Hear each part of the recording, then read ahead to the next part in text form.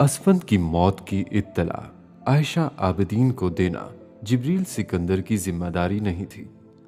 इसके बावजूद वो इस बच्चे की मां से मिलने आया था और आयशा आबिदीन को देखते ही कुछ देर के लिए वो गूंग हो गया था। कुछ ऐसा ही हाल आयशा आबिदीन का था। वो दोनों कई सालों बाद एक दूसरे से मिले थे और मिलते ही एक दूसरे को पहचान गए थे और अब ये शनाख्त जैसे उनके हलक का कांटा बन गई थी। आयशा को यकीन नहीं आया था कि अमेरिका के बेहतरीन अस्पताल में बेहतरीन डॉक्टर के हाथों भी उसके बच्चे की जान जा सकती थी। वो खुद डॉक्टर थी, असफंद की चोट की नोयत और संगीनी को जानती थी, लेकिन वो खुद जिस अस्पताल में काम कर रही थी वहां उसने उससे भी ज्यादा संगीन और पेचीदा नवैयत के ऑपरेशंस के बाद भी मरीजों को सेहतयाब होते देखा था। लेकिन उसका अपना बेटा इन खुशकिस्मत लोगों में शामिल क्यों नहीं हो सका था? इस सवाल का जो जवाब आयशा आबिदीन ने ढूंढा था वो एक लंबे अरसे तक उसे भूत बनकर चिमटा रहा था। उसने गम को पहली बार मुजस्सिम हालत में देखा था, उस शख्स की शक्ल में जो उसे उसकी मताए हयात छिन जाने की खबर सुनाने आया था। और ये वो शख्स था जिसके सराब ने आयशा आबिदीन को इस अजाब में डाला था जिसमें वो थी। एक डॉक्टर की तरह जिब्रील उसे बताता गया था कि ऑपरेशन क्यों नाकाम हुआ, असफंद की हालत क्यों बिगड़ी, क्यों नहीं संभल सकी। और इन तमाम तफसीलात को दोहराते हुए जिब्रील सिकंदर के लाशऊर में डॉक्टर वीजल के हाथ की वो हरकत बार बार आती रही। बार बार सर झटकने के बावजूद वो एक बुत की तरह गुमसुम उसकी बात सुनती रही, जैसे वो उसके बेटे के बारे में नहीं किसी और के बारे में बात कर रहा था। आपके साथ कोई और है? अपनी बात के जवाब में एक मुकम्मल खामोशी रखने के बावजूद जिब्रील उससे एक बार फिर पूछे बगैर नहीं रह सका था। उसे वो इस वक्त नॉर्मल नहीं लग रही थी और उसे एहसास हुआ था कि उसे उसकी फैमिली में किसी और से बात करनी चाहिए थी, या अगर अब कर सकता था तो अब कर ले। आयशा आबिदीन ने उसकी बात के जवाब में नफी में सर हिला दिया। जिब्रील उसका चेहरा देखने लगा था। उसकी समझ में नहीं आया था वो उससे अगला सवाल कैसे करे। सवाल होने के बावजूद खानदान नहीं था तो कहां था? वो क्या सिंगल पेरेंट के तौर पर असफंद की परवरिश कर रही थी? शौहर अगर नहीं भी था तो कोई खानदान का और फर्द तो होता। उसकी मां और बहनें, वो मजीद कुछ नहीं सोच सका। आयशा ने यकदम उससे कहा था, आप जाएं, मैं मैनेज कर लूंगी सब कुछ। उसकी आवाज जैसे किसी गहरे कुएं से आई थी। उसे पता था वो सब कुछ क्या था और जिब्रील को भी अंदाजा था वो किस तरह इशारा कर रही थी। एक रोती बिलखती हुई मां को तसल्ली देना आसान काम था, लेकिन बज़ाहिर होशो हवास में नजर आती एक खामोश गुमसुम मां को तसल्ली देना उसकी समझ में नहीं आ रहा था। वो सिर्फ चंद मिनटों के लिए उस बच्चे की फैमिली से मिलने आया था और अब ये मुलाकात खत्म करना उसके लिए पहाड़ बन गया था। उसने जिंदगी में पहली बार किसी मरीज को मरते नहीं देखा था, लेकिन किसी बच्चे को पहली बार मरते देखा था। आयशा आबिदीन से मिलकर उसका रंज कुछ और बढ़ा था। वो इस ऑपरेशन को लीड नहीं कर रहा था, ना ही वो असफंद की मौत का जिम्मेदार था। इसके बावजूद ये एहसास उसका साथ छोड़ने पर तैयार नहीं था कि इस ऑपरेशन में डॉक्टर वीजल से कुछ गलती हुई थी। ऑपरेशन के फौरन बाद डॉक्टर वीजल और उसकी बातचीत नहीं हो सकी थी। वो अजीब इज़्तिराब और परेशानी के आलम में वहां से गए थे। सबका अंदाजा था वो आखिरी ऑपरेशन की नाकामी से अपसेट हुए थे। सिर्फ जिब्रील था जिसका ख्याल था वो खुद भी अपनी गलती का अंदाजा लगा चुके थे, लेकिन अब इस सूरत हाल के दरमियान वो फंसा खड़ा था। ज़मीर की चुभन और इंसानी हमदर्दी, लेकिन इससे भी बढ़कर शनासाई का वो पुराना ताल्लुक जो उसके और आयशा आबिदीन के दरमियान निकल आया था। कोई दोस्त है यहाँ आपका? जिब्रील अब उसके करीब बैठ गया था। उसे अभी तक ये अंदाज़ा नहीं हुआ था कि वो उसे पहचानी है या नहीं, और उसे इस सूरत हाल में अपना तारुफ करवाना चाहिए या नहीं। नहीं, आयशा ने सर झुकाए उसे देखे बगैर कहा। वो अपने दोनों हाथ अपनी गोद में रखे उन पर नजरें जमाए सर झुकाए बैठी थी। जिब्रील उसके बराबर वाली कुर्सी पर बैठा हुआ था। मेरा ख्याल है हम एक दूसरे को जानते हैं। अपना हाथ उसकी कुर्सी के हत्थे पर रखते हुए जिब्रील ने उससे कहा था। वो उसे रुलाना नहीं चाहता था, लेकिन उसका चेहरा देखते हुए उसे अंदाजा हुआ था कि उसे इस वक्त फूट फूट कर रोने की जरूरत थी। सकते की वो कैफियत गैर फितरी थी। मैं जिब्रील सिकंदर हूं, निसा का क्लास फेलो और दोस्त, और मुझे बहुत अफसोस है कि हम असफंद को नहीं बचा सके। वो मध्यम आवाज में उसका हाथ थपकते हुए कह रहा था। आयशा ने गर्दन मोड़कर भी उसको नहीं देखा था। वो इस वक्त किसी को पहचानना नहीं चाहती थी, खास तौर पर साथ बैठे हुए शख्स को। मुझे बताएं, मैं आपके लिए क्या कर सकता हूं?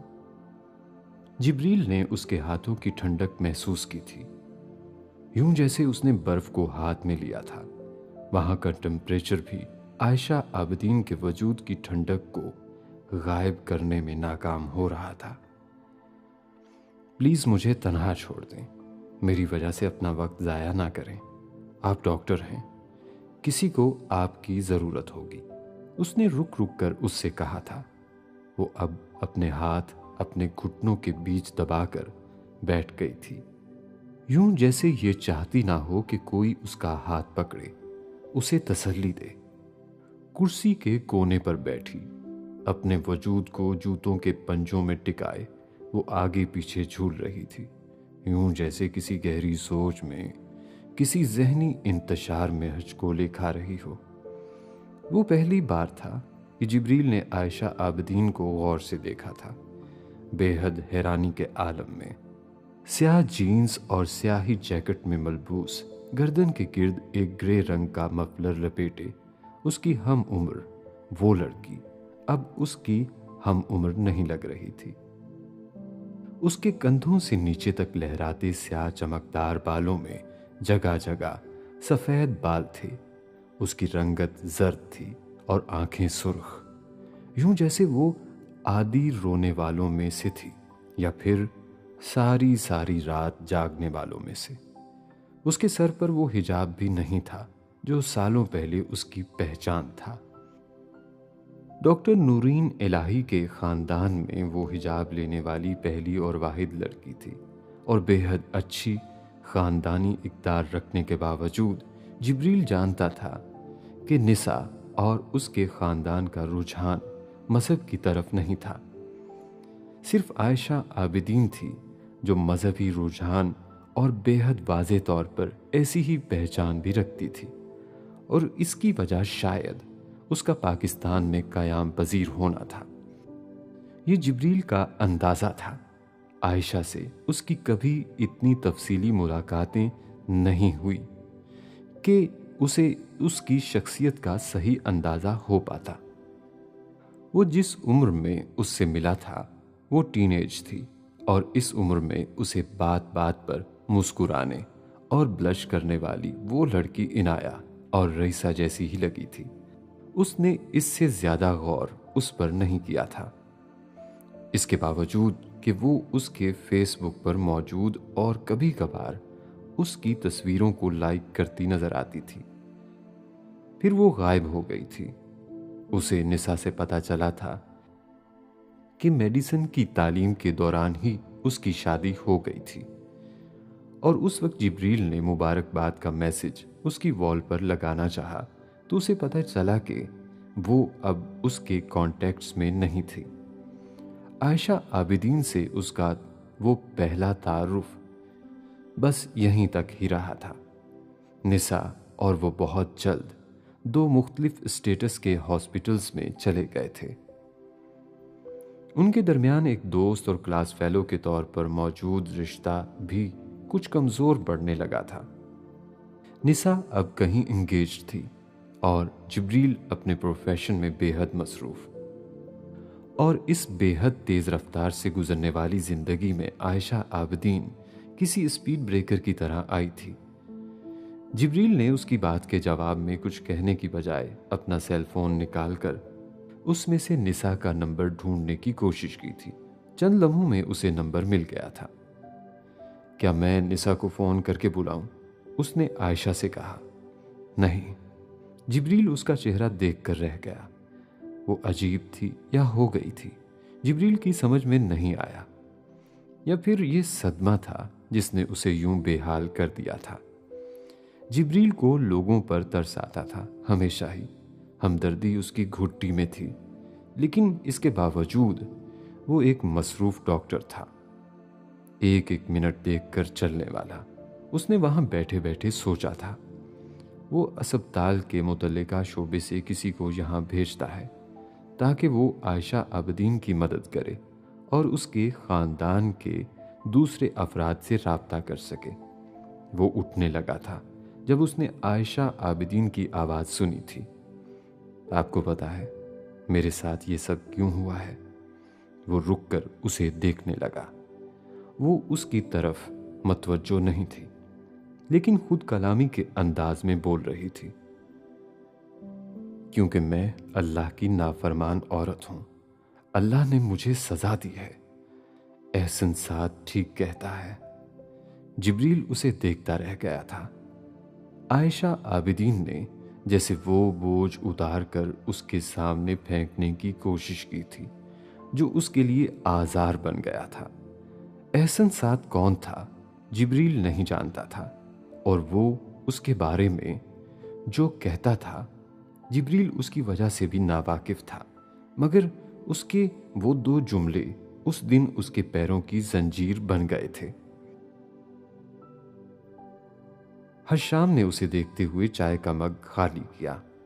वो उससे कुछ फासले पर इशारों की जुबान में अपने सामने बैठी औरतों और बच्चों से मुखातिब होकर उन्हें सेहत और सफाई के हवाले से समझाते हुए अपने बैग से उससे मुतल्लिका चीजें निकाल निकाल कर दे रही थी। साबुन, toothpaste, toothbrush, toothpick, nail cutter, रुई के bundle, shampoo, first aid kit और इसमें मौजूद सामान, वो सब आम इस्तेमाल की चीज़ें थीं जिन्हें किसी तरक्की याफ्ता या तरक्की पजीर मुल्क में भी बैठकर किसी को इनका इस्तेमाल समझाने की ज़रूरत नहीं पड़ती थी। लेकिन वो दादाब था, कीनिया के बॉर्डर के करीब UNHCR के अफ्रीका में बड़े कैंपों में से एक, जहां अफ्रीका में कैद और खाना जंगी से मुतासरा लोगों की एक बड़ी तादाद आबाद थी। और इन दोनों को वहां आए एक हफ्ता हो गया था। दादाब में ये उनका पहला विजिट था, लेकिन वो पिछले 4 सालों में UNHCR के बहुत सारे कैंप्स में जा चुके थे। अफ्रीका, एशिया, लातीनी अमेरिका। ये उनकी तफरीह भी थी, जनून भी और काम भी। लकड़ी की एक खाली पेटी को उल्टा कर बैठे, वैसे ही एक दूसरी पेटी को मेज बनाए और इस पर चाय के मग रखे, अपनी चाय में बिस्किट डिबो डिबो कर खाते हुए वो शदीद थकन के आलम में भी उसे देखता रहा।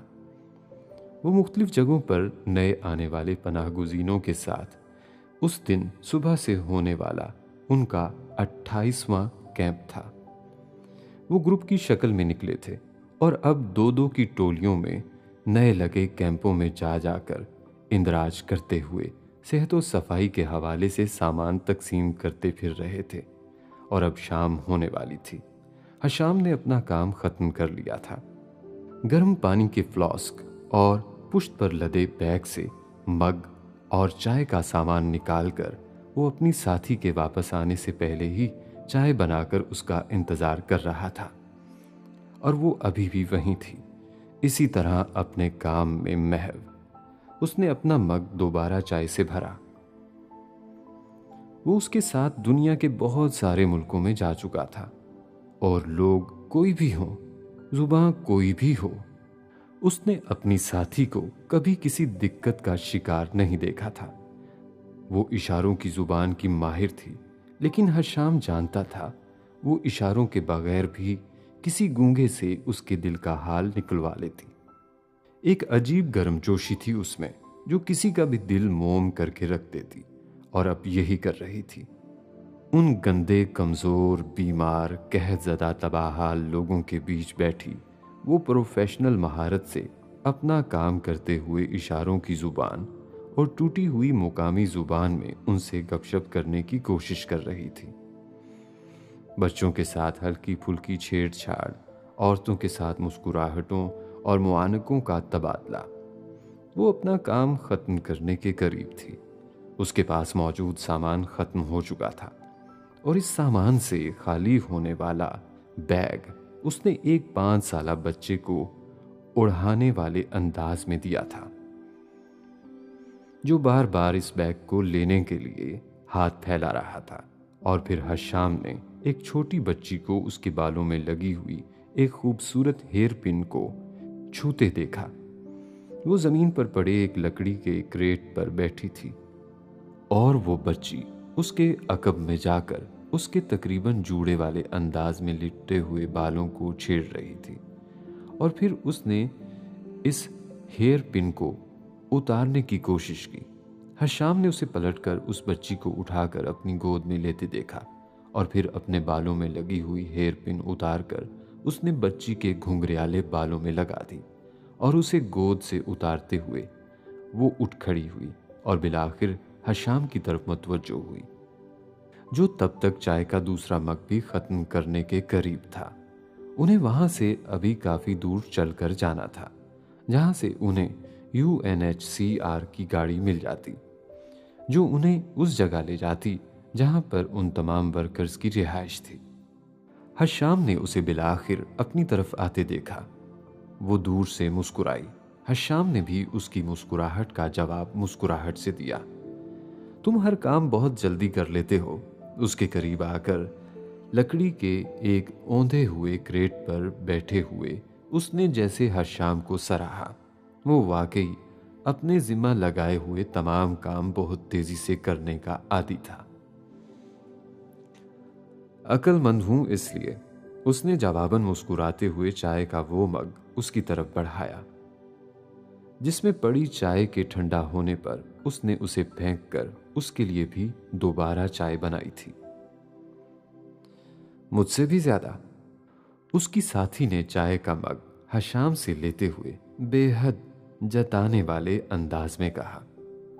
तुमसे तो वाकई ज्यादा, उसने मसनूई संजीदगी से कहा। शाम अब आहिस्ता आहिस्ता गहरी हो रही थी। पनाह गुज़ीनों का वो हजूम अब आहिस्ता आहिस्ता वहां से दूर अपने खैमों की तरफ जा रहा था। वो जानते थे आज उन्हें जो कुछ मिलना था मिल चुका था। एक कच्ची पगडंडी नुमा सड़क के किनारे सब्जे में लकड़ी के क्रेट उल्टाए चाय के घूंट भरते हुए वो दोनों अपनी टांगें सीधी किए जैसे अपनी थकन उतार रहे थे। तुम्हारे लिए कुछ है? हशाम ने चाय का आखिरी घूंट लेकर मग रखते हुए जेब से कुछ निकालकर उसकी तरफ बढ़ाया। रईसा ने इस अंगूठी को बेहद ताज्जुब के आलम में देखा था, जो हशाम ने उसके सामने बढ़ाई थी। एक बेहद खूबसूरत सब्ज ज़मुर्रुद की डिबिया में धरी, आंखों को खीरा कर देने वाली एक हीरे की अंगूठी। उसने सर उठाकर हशाम को देखा और कुछ देर के लिए जैसे चाय पीना भूल गई, जो वो मग में हाथों में लिए बैठी थी। यहां कहां से मिली? हशाम बुरी तरह बितका। मैंने खरीदी है, उसने अपने लफ्जों पर जोर देते हुए कहा। कहाँ से? वो पूछे बगैर नहीं रह सकी। नैरोबी से, हशाम ने जवाबन कहा। फिर मुझे क्यों दे रहे हो? उसने चाय पीना दोबारा शुरू करते हुए कहा। सवाल करने के बावजूद वो नर्वस हुई थी। उसे यकदम एहसास हुआ था कि ये क्या हो रहा है। तुम्हें प्रपोज कर रहा हूं, हशाम ने एक बार फिर उस अंगूठी को उसके सामने करते हुए कहा। रईसा ने एक नजर उसे देखा, एक नजर उस अंगूठी को, और फिर गर्दन घुमाकर उस पूरे इलाके को। वो खारदार झाड़ियों और पनाहगुजीनों के बीचों बीच उसे एक डायमंड रिंग पेश करते हुए प्रपोज कर रहा था। वो किसी भी लड़की के लिए एक रोमांटिक लम्हा था, और उसके लिए भी होता अगर उसे यकदम हंसी आना शुरू ना हो गई होती। चाय का मग लकड़ी के एक क्रेट पर रखते हुए बेख्तियार कहकहा लगाते हुए बेहाल होने लगी थी। हशाम बुरी तरह नादिम हुआ और उसने डिबिया बंद कर दी। ये इस तरह हंसने का क्या मतलब हुआ? उसने रईसा से पूछा। वो अब अपनी हंसी पर काबू पा चुकी थी। हम यहां रिलीफ के काम के लिए आए हैं, उसने हशाम को याद दहानी कराने वाले अंदाज में कहा। तुम कुछ और कैसे सोच सकते हो? क्यों नहीं सोच सकता? हशाम ने बहस करने वाले अंदाज में कहा। हमेशा सोचता रहा हूं, और बस मेरा दिल चाहा मैं तुम्हें प्रपोज कर दूं तो कर दिया। रईसा ने चाय का मग दोबारा मुंह से लगा लिया। वो अब संजीदा थी। हशाम डिबिया हाथ में पकड़े चुपचाप उसे चाय पीते देखता रहा। फिर उसने कहा, तुम कुछ नहीं कहोगी? मैं इस बारे में कुछ भी नहीं कह सकती। टू बी वेरी ऑनेस्ट, उसने बिलाखिर चाय का मग रख दिया। वो अब अपने पैक बैग को खोलकर एक रेडियो निकाल रही थी। ये जैसे गुफ्तगू का मौजू बदलने की कोशिश थी। क्यों? तुम पसंद नहीं करती मुझे? हशाम भी यकदम संजीदा हो गया। करती हूं। तुम्हें कोई भी नापसंद नहीं कर सकता, लेकिन शादी का फैसला बहुत बड़ा फैसला होता है। मैं खुद नहीं कर सकती। तुम्हें मेरी फैमिली की रजामंदी मुझे प्रपोज करने से पहले लेनी होगी। रेडियो फ्रीक्वेंसी सेट करने की कोशिश करते हुए उसने हशाम की तरफ देखे बगैर उससे बेहद संजीदगी से कहा था। ठीक है। हशाम ने बेइख्तियार इत्मीनान का सांस लिया। मैं उनसे बात कर लूंगा, ये तो कोई बड़ी बात नहीं। रईसा उससे कह नहीं सकी कि उसकी कौमियत उसकी फैमिली के लिए काबिले एतराज हो सकती थी। वो एरिक और इनाया के मामले में इमामा की राय से बहुत अच्छी तरह वाकिफ थी। वो अपने तमाम बच्चों की शादियां पाकिस्तानियों से करना चाहती थी। तुम ये रिंग अपने पास रख लो, मैं तुम्हारी फैमिली से बात कर लूं। अब तुम इसे पहन सकती हो। हशाम ने वो डिबिया एक बार फिर उसकी तरफ बढ़ाई। रईसा ने अपना हाथ उसकी तरफ नहीं बढ़ाया। वो अपने घुटने पर रखे रेडियो के साथ मसरूफ थी, या कम से कम यही जाहिर कर रही थी। इसका फायदा नहीं। अगर मैंने रिंग ले ली और मेरी फैमिली ने इनकार कर दिया तो? उसने हल्की आवाज में खबरें सुनते हुए कहा। हशाम ने बेयकीनी से उसे देखा। तुम्हारी फैमिली इनकार कैसे कर सकती है? वो पहली बार कुछ बेचैन हुआ था। हमें हर इम्कान सामने रखना चाहिए, रईसा ने मध्यम आवाज में जैसे उसे समझाया। वो इनकार कर देंगे तो? हशाम ने पूछा। तो बस, रईसा ने कहा। यानी बस खत्म? हशाम को जैसे यकीन नहीं आया। तुम ये कैसे होने दोगी? मेरे लिए तुम्हारी कोई फीलिंग्स नहीं है। हशाम को जैसे ये बात हजम नहीं हो रही थी। फीलिंग्स हैं तुम्हारे लिए, लेकिन वो मेरी अपनी फैमिली के लिए फीलिंग्स से बहुत कम है, कम से कम अभी। क्या तुम अपनी फैमिली की मर्जी के खिलाफ कुछ कर सकते हो? रईसा ने बेहद संजीदगी से कहा। हां, मैं कर सकता हूं, कम से कम तुमसे शादी तो, उसने जवाबन कहा था। रईसा को जैसे इस जवाब की तवक्को नहीं थी। रेडियो को छेड़ते हुए उसने मध्यम आवाज में कहा, वैसे ये जो रिंग में डायमंड है ये नकली है? हशाम बुरी तरह चौंका। वो बात को कहां से कहां ले गई थी।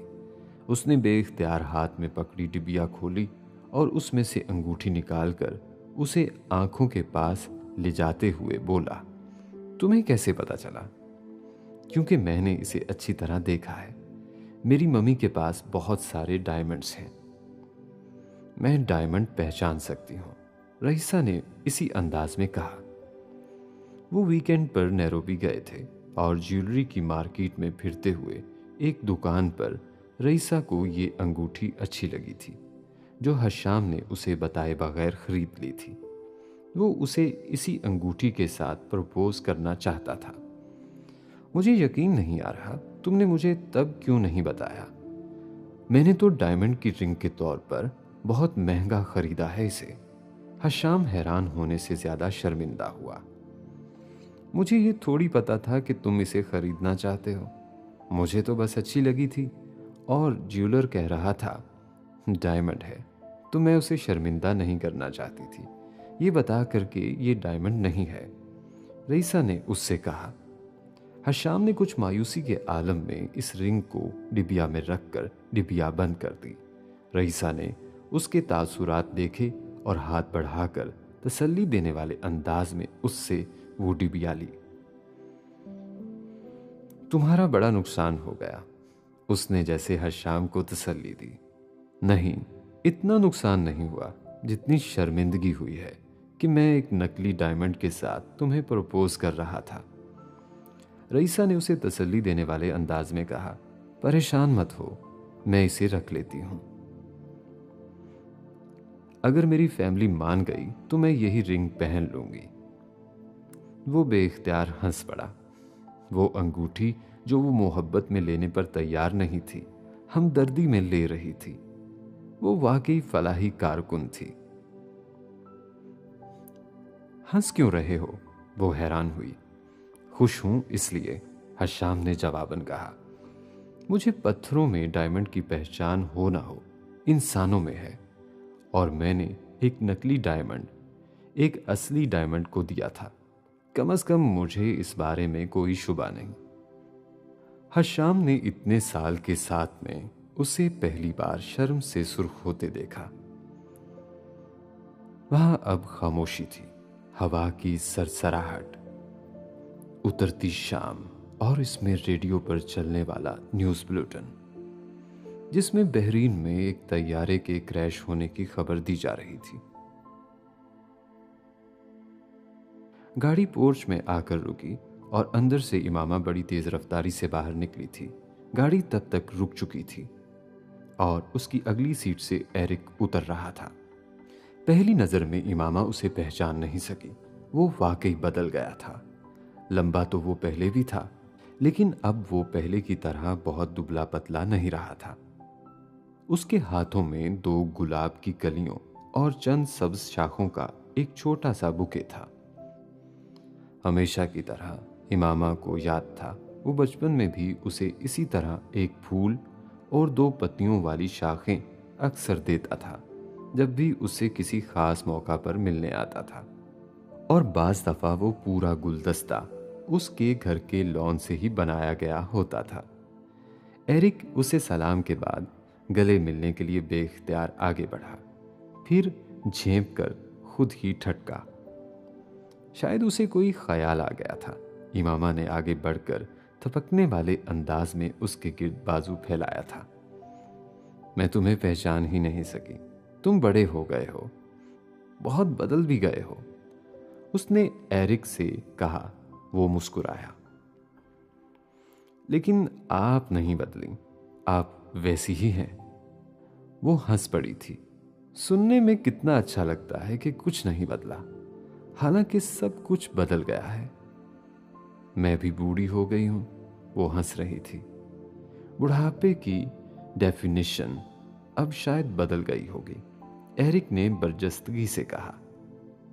वो फिर हंस पड़ी। ये आपके लिए। एरिक ने उसे वो छोटा सा गुलदस्ता थमाया था। तुम्हारी आदतें नहीं बदली, लेकिन फूल बदल गया है, इमामा ने गुलदस्ता हाथ में लेते हुए कहा। क्योंकि मुल्क बदल गया है, उसने बरजस्ता कहा। हाँ, ये भी ठीक कहा तुमने। सामान कहाँ है तुम्हारा? इमामा को एकदम ख्याल आया। वो गाड़ी से उस गुलदस्ते और एक छोटे बैग के अलावा खाली हाथ उतरा था। होटल में, मैं वहीं रहूंगा, बस आपसे ज़रूरी मुलाकात करनी थी, इसलिए आया हूं। एरिक ने उसके साथ अंदर जाते हुए कहा। पहले तुम हमेशा हमारे पास आया करते थे और यहीं रहते थे, अब किसी और के पास आए हो क्या? इमामा को लगा था वो शायद पाकिस्तान अपने किसी पेशावराना काम से आया था। नहीं, किसी और के पास तो नहीं आया, लेकिन बस मुझे लगा इस बार किसी होटल में रुककर भी देखना चाहिए। वो बात गोल कर गया था। वो लंच का वक्त था और उसने सुबह जब फोन पर उससे मुलाकात के लिए बात की थी तो इमामा ने दोपहर के खाने पर खास एहतमाम किया था। एरिक को जो चीजें पसंद थीं उसने बनवाई थीं और एरिक ने उसके साथ बातें करते हुए बड़े शौक से खाना खाया था। खाने के दौरान गपशप में एरिक और उसके दरमियान हर एक के बारे में बात हुई थी, सिवाय इनाया के। एरिक ने उसका जिक्र तक नहीं किया था और इमामा ने यह बात नोटिस की थी। हौसला अफजा थी ये बात, लेकिन पता नहीं क्यों उसे गैर मामूली लगी थी और उसकी छठी हिस्स ने उसे जो सिग्नल दिया था वो ठीक था। खाने के बाद चाय का आखिरी घूंट लेकर कप रखते हुए एरिक ने अपने बैग से एक लिफाफा निकालकर उसके सामने मेज पर रख दिया था। इमामा अभी चाय पी रही थी। वो बुरी तरह ठटकी थी। ये क्या है? आप देख लें, उसने इमामा से कहा, पलक झपकते इस खूबसूरत लिफाफे को खोलने से भी पहले। उसके चेहरे से मुस्कुराहट यकदम गायब हुई थी। वो इस एक लम्हे से बचना चाह रही थी और वो फिर भी सामने आकर खड़ा हो गया था। लिफाफे के अंदर एक खूबसूरत कागज पर बेहद खूबसूरत तर्ज़े तहरीर में एरिक ने वही लिखा हुआ था जिसका उसे खदशा था। वो इनाया के लिए उसकी तरफ से एक रस्मी प्रपोजल था, उस वादे के साथ कि वो उसे बहुत खुश रखेगा और इस ऑफर के साथ कि वो इस प्रपोजल के लिए उनकी तमाम शराइत कबूल करने पर तैयार है। इमामा की नजरें कुछ देर उस कागज पर जमी थीं। फिर इमामा ने कागज को उस लिफाफे में वापस डालकर उसे मेज पर रख दिया था। एरिक से अब नजर मिलाना और सामना करना एकदम मुश्किल हो गया था। उसने देखा वो संजीदा था और गुफ्तगू का आगाज उसी ने कर दिया था।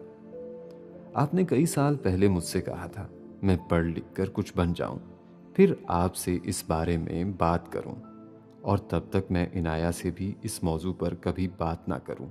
देखें, मैंने आपकी दोनों शराइत पूरी की हैं, उसने कहा और उसके दोनों जुमलों ने इमामा के लिए जवाब को और भी मुश्किल कर दिया था। मैं जानता हूं मिसिस सालार, आपके लिए मैं एक बहुत मुश्किल इंतखाब हूं, लेकिन मैं आपको यकीन दिलाता हूं कि मैं एक बुरा इंतखाब साबित नहीं होगा। एरिक ने जैसे उसकी मुश्किल भांपते हुए खुद ही उसे यकीन दिलाने की कोशिश की थी। वो उसका चेहरा देखती रही। वो अच्छा लड़का था। बुरा होता तो उसे बुरा भला कहना कितना आसान होता। इमामा ने दिल में सोचा। वो अपनी तरफ से इनकार की हर वजह खत्म कर आया था। मुसलमान भी हो गया था, एक अच्छे प्रोफेशन में भी था, खानदानी एतबार से भी अच्छा था। इमामा की समझ में नहीं आ रहा था वो फिर भी उसे इनकार क्या कहकर करे। ये कहे कि उसे खौफ और खदशात थे उसके नौ मुस्लिम होने के हवाले से, या ये कहे कि वो सिर्फ एक पाकिस्तानी से इनाया की शादी करना चाहती थी जो उसके अपने कल्चर से वाकिफ हो। उसके जहन में उस वक्त जवाबात जैसे भाग रहे थे और कोई एक भी ऐसा नहीं था जो तसल्ली बख्श होता। लेकिन इसके बावजूद उसे एक जवाब तो एरिक को देना ही था। तुम बहुत अच्छे हो एरिक, इमामा ने अपना गला साफ करते हुए कहना शुरू किया। अब्दुल्ला, उसने इमामा को बीच में टोक कर जैसे उसकी तस्हीह की। वो एक लहजा के लिए खामोश हुई, फिर उसने जैसे बड़ी मुश्किल से उससे कहा, अब्दुल्ला, तुम बड़े अच्छे लड़के हो और मैं तुम्हें पसंद करती हूँ, लेकिन इनाया के हवाले से अभी कोई फैसला करना मुश्किल है। मैं नहीं जानती इनाया तुम्हारे प्रपोजल के हवाले से क्या सोचती है। उसकी पसंद नापसंद बेहद अहम है। वो जुमला अदा करते हुए भी इमामा को एहसास हो रहा था वो एक बेतुकी बात कर रही थी। अगर बात इनाया की पसंद नापसंद की थी तो फिर रिश्ता पक्का था। एरिक के लिए उसकी पसंदीदगी बहुत वाज़ेह थी। मैंने इनाया से पहले इसलिए बात नहीं की क्योंकि आपने मुझसे वादा लिया था। मैं ये बात जब भी करूंगा आपसे ही करूंगा। उसने इमामा की बात काट कर जैसे उसे याद दहानी कराई थी।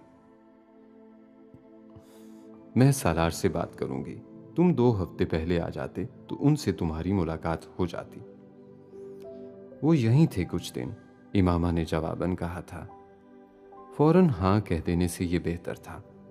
वो जहां भी होंगे मैं उनसे मिलने जा सकता हूं। मैं जानता हूं वो बड़े मसरूफ हैं, लेकिन फिर भी एरिक ने उससे कहा, आपको तो मेरे प्रपोजल पर कोई एतराज नहीं है ना। वो यकदम खुश हुआ था और उसके चेहरे से छलकने वाली खुशी और इत्मीनान ने जैसे इमामा को एहसासे जुर्म में मुब्तला कर दिया था। मैंने तुम्हें बताया है अब्दुल्ला, तुम बहुत अच्छे हो, लेकिन मेरी ख्वाहिश है कि इनाया की शादी जिससे भी हो वो सिर्फ नाम का मुसलमान ना हो, नेक हो, दीनदार हो, समझ बूझ रखने के साथ साथ दीन की तालीमात पर अमल भी करता हो। इमामा ने उससे कहना शुरू किया। वो बेहद संजीदा थी। वो उसकी बात बेहद गौर से सुन रहा था। मर्द को दीन का पता ना हो तो औरत के लिए बहुत मसला हो जाता है। ये एक पूरी नस्ल की तरबियत की बात होती है। हम लोग लिबरल मुसलमान हैं, लेकिन बेदीन और बेअमल नहीं हैं, और ना ही ऐसे होना चाहते हैं। ना अपनी अगली नस्लों के लिए ये चाहते हैं। मुझे नहीं पता तुम कितने बाअमल हो और इस्लाम के बारे में तुम्हारे नज़रियात कितने वाज़े हैं, लेकिन इनाया बहुत मजहबी है। मैं नहीं चाहती उसकी शादी ऐसी जगह हो जहां मियाँ बीवी के दरमियान झगड़े की वजह मजहबी एतकादात और उन पर अमल का होना या ना होना हो। वो कहती जा रही थी, तुम्हें शायद पता ना हो, लेकिन मैं भी तो नो मुस्लिम थी। अपने मजहब को तर्क करके इस्लाम की सही तालीमात इख्तियार की थी मैंने। फैमिली, घर सब छोड़ा था। बड़े मसाइल का सामना किया था। ये आसान नहीं था। उसकी आवाज भरा गई थी। वो रुकी, अपनी आंखें पोंछते हुए। वो हंसी, यूं जैसे अपने आंसुओं को छुपाना चाहती हो। ये आसान काम नहीं था। उसने दोबारा कहना शुरू किया, लेकिन सालार ने बहुत आसान कर दिया मेरे लिए। वो बाअमल मुसलमान है और मैं अपनी बेटी के लिए उसके बाप जैसा मुसलमान ही चाहती हूँ। जिंदगी में इतनी तकलीफें बर्दाश्त करके, इतनी लंबी जदोजहद के बाद मैं अपनी अगली नस्ल को फिर से बेदीन और बेअमल देखना नहीं चाहती। तुम मुसलमान तो हो, लेकिन शायद इस्लाम की तालीमात में इतनी दिलचस्पी ना हो, क्योंकि तुम्हारे मुसलमान होने की वजह एक लड़की से शादी है। शादी हो जाएगी तो तुम्हारी दिलचस्पी दीन में ख़त्म हो जाएगी। कुछ अरसा बाद शायद तुम्हें यह भी याद ना रहे कि तुम मुसलमान हो। हराम और हलाल के दरमियान जो दीवार हम उठाकर रखते हैं, तुम्हारे लिए वो उठाना ज़रूरी ना हो। मोहब्बत बहुत देर बाद चलने वाली शय नहीं है। अगर इंसानों के बीच आदात, एतकादात और ख्यालात की खलीज हो तो। एरिक ने उसकी गुफ्तगू के दरमियान उसे एक बार भी नहीं टोका था। वो सिर्फ खामोशी से उसकी बातें सुनता रहा। तुम किसी वेस्टर्न लड़की से शादी कर लो तो तुम्हारी बहुत अच्छी निभेगी। वो अब उसे जैसे मशवरा देते हुए रास्ता दिखाने की कोशिश कर रही थी। वो मुस्कुरा दिया। कोई अच्छी मुसलमान लड़की जो वहीं से हो,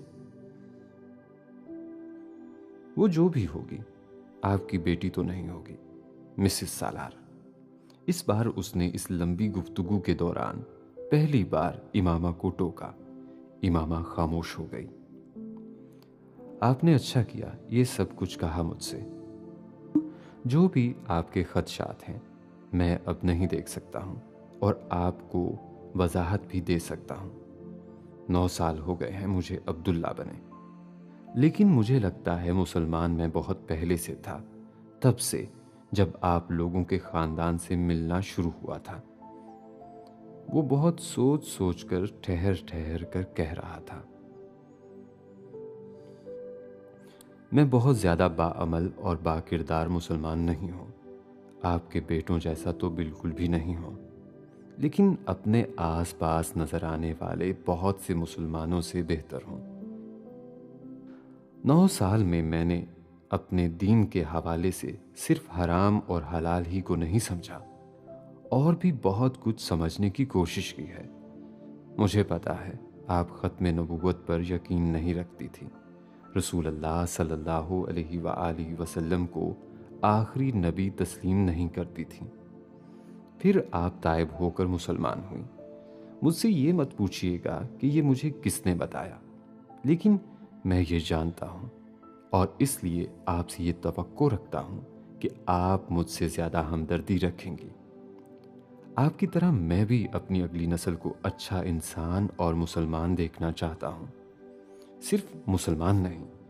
इसलिए आपकी बेटी से शादी करना चाहता हूँ। एक अच्छी दीनदार औरत ही एक अच्छे घराने की बुनियाद रखती है, ये भी दीन ने ही बताया है मुझे। इमामा उसकी बातें सुन रही थी। अब्दुल्ला उसके इनकार को बहुत मुश्किल करता जा रहा था। वो जो भी उससे कह रहा था वो लगी लिपटी के बगैर कह रहा था।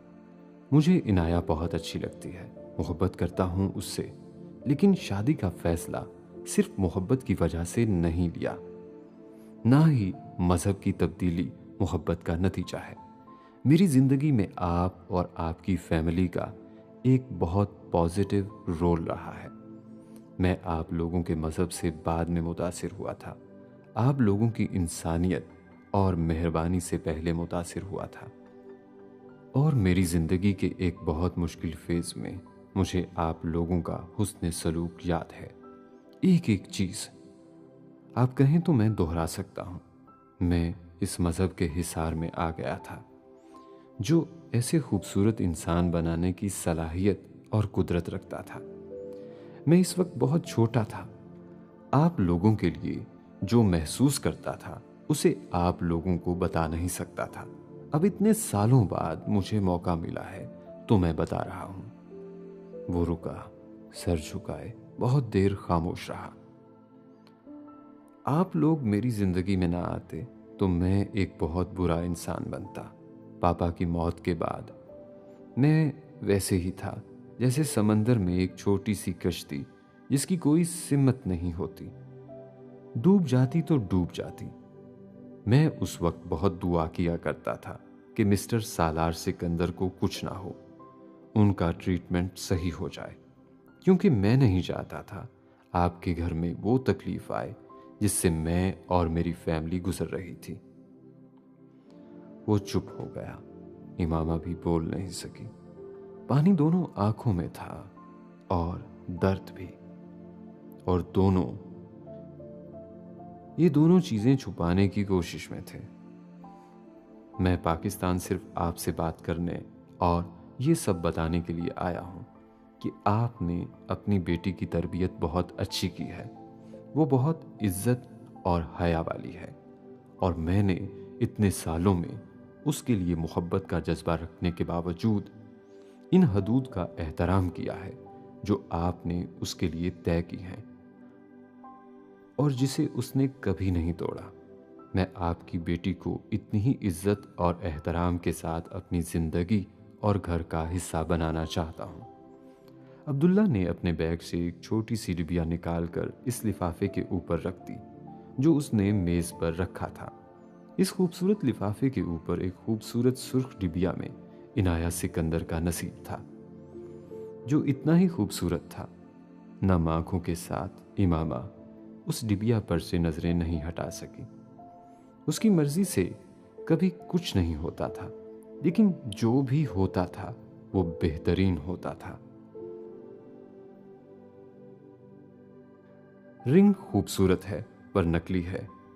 हुमैन ने डिनर टेबल पर बैठते फिश और चिप्स खाते हुए डिबिया को रईसा की तरफ सरकाया, जो सलाद का एक प्याला खाते हुए उसकी बात सुन रही थी।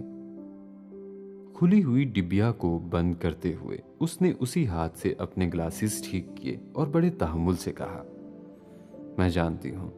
वो फिश और चिप्स तकरीबन निगल रहा था और साथ टीवी लाउंज में टीवी पर रग्बी का एक मैच देख रहा था।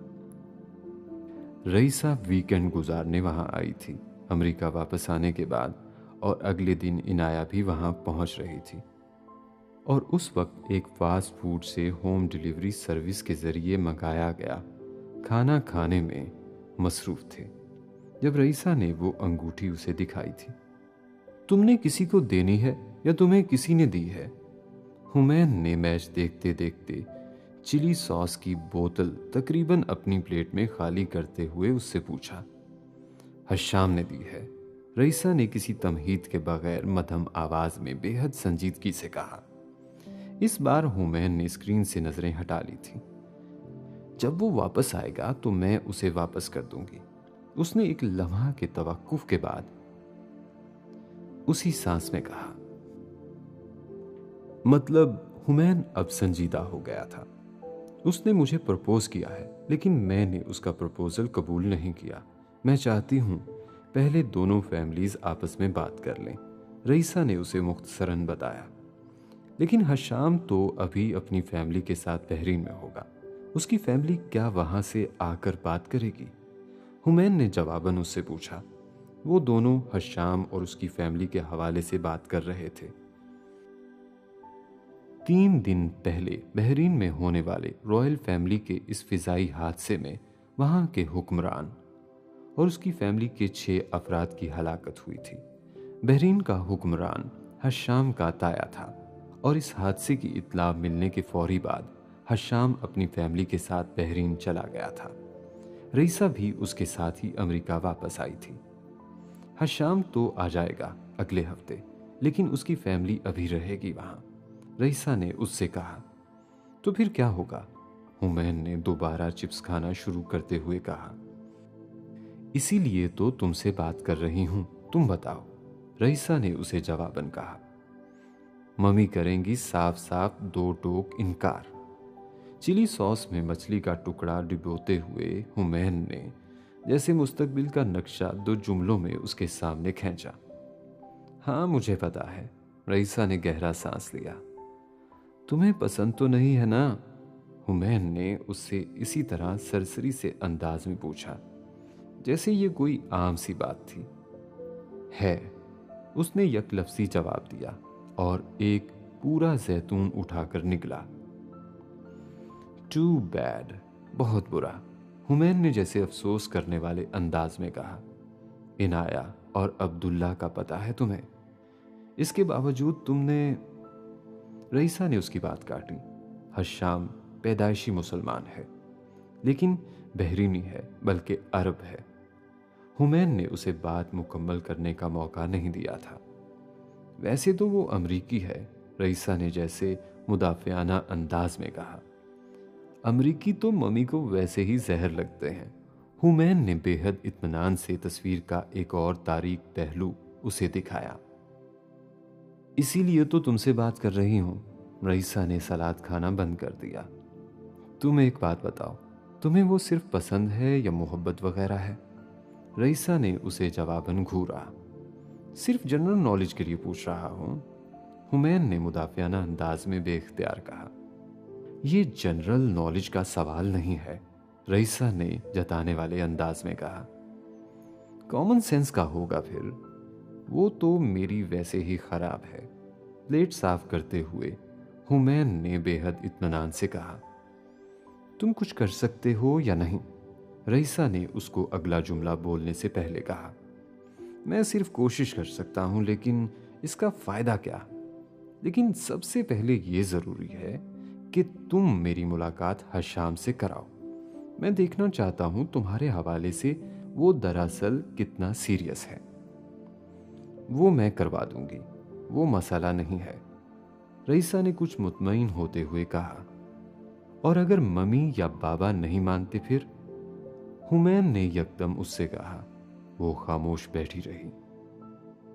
फिर उसने कहा, मुझे वो अच्छा लगता है, लेकिन ऐसी जज्बाती वाबस्तगी नहीं है कि मैं उसे छोड़ ना सकूं।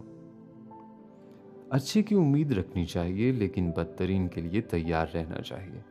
बाबा को एतराज नहीं होगा, लेकिन मम्मी का मैं कह नहीं सकता।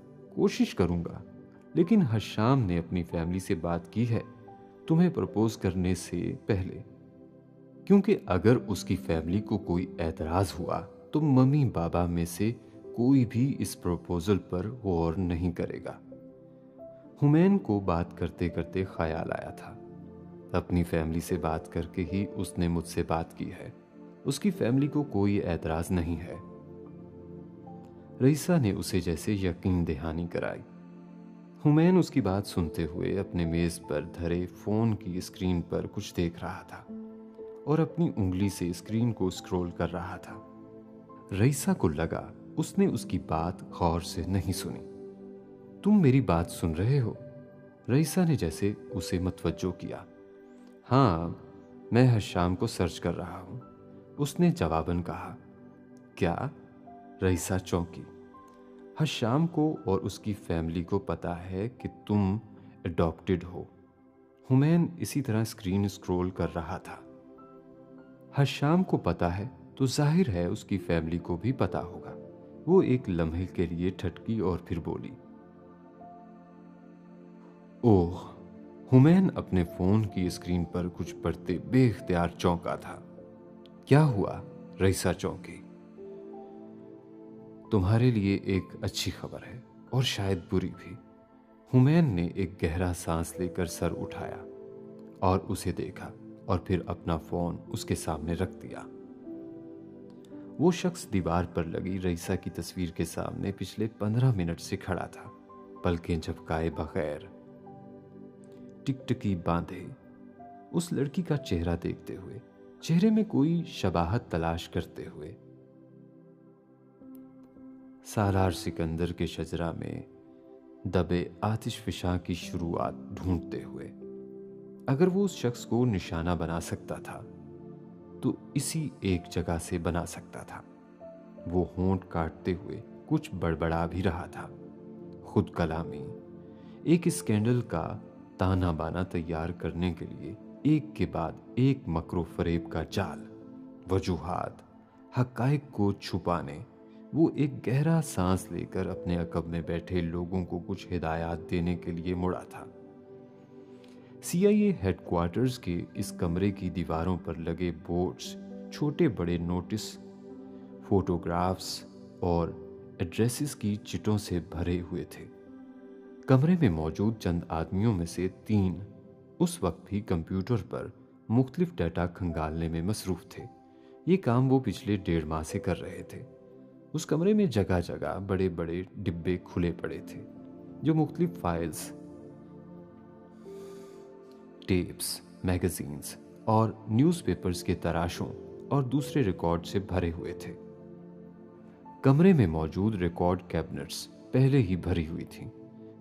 कमरे में मौजूद तमाम डेटा उन कंप्यूटर्स की हार्ड डिस्क्स में भी महफूज था।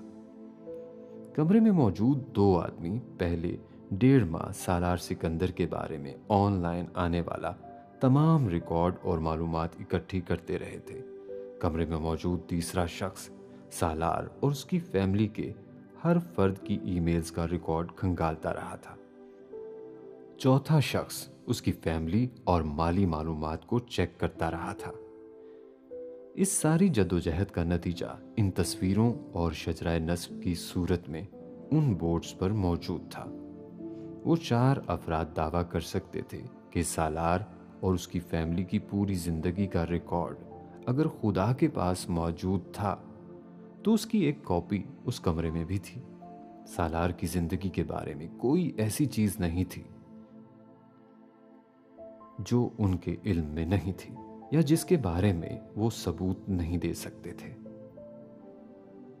CIA के स्टिंग ऑपरेशन से लेकर उसकी टीनेज की गर्लफ्रेंड तक और उसके माली मामलात से लेकर उसकी औलाद की पर्सनल और प्राइवेट लाइफ तक उनके पास हर चीज की तफसीलात थीं।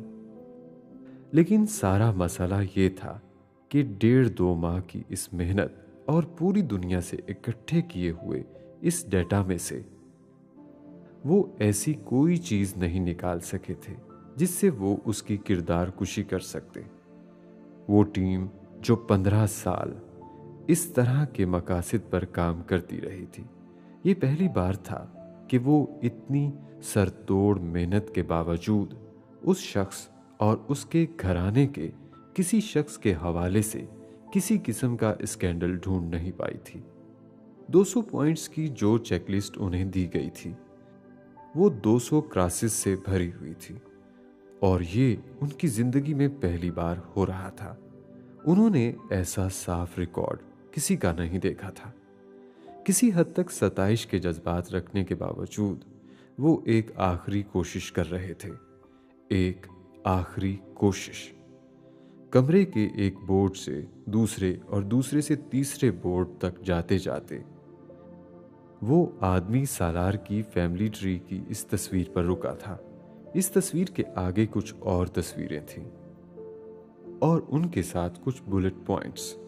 एकदम जैसे उसे बिजली का झटका लगा था।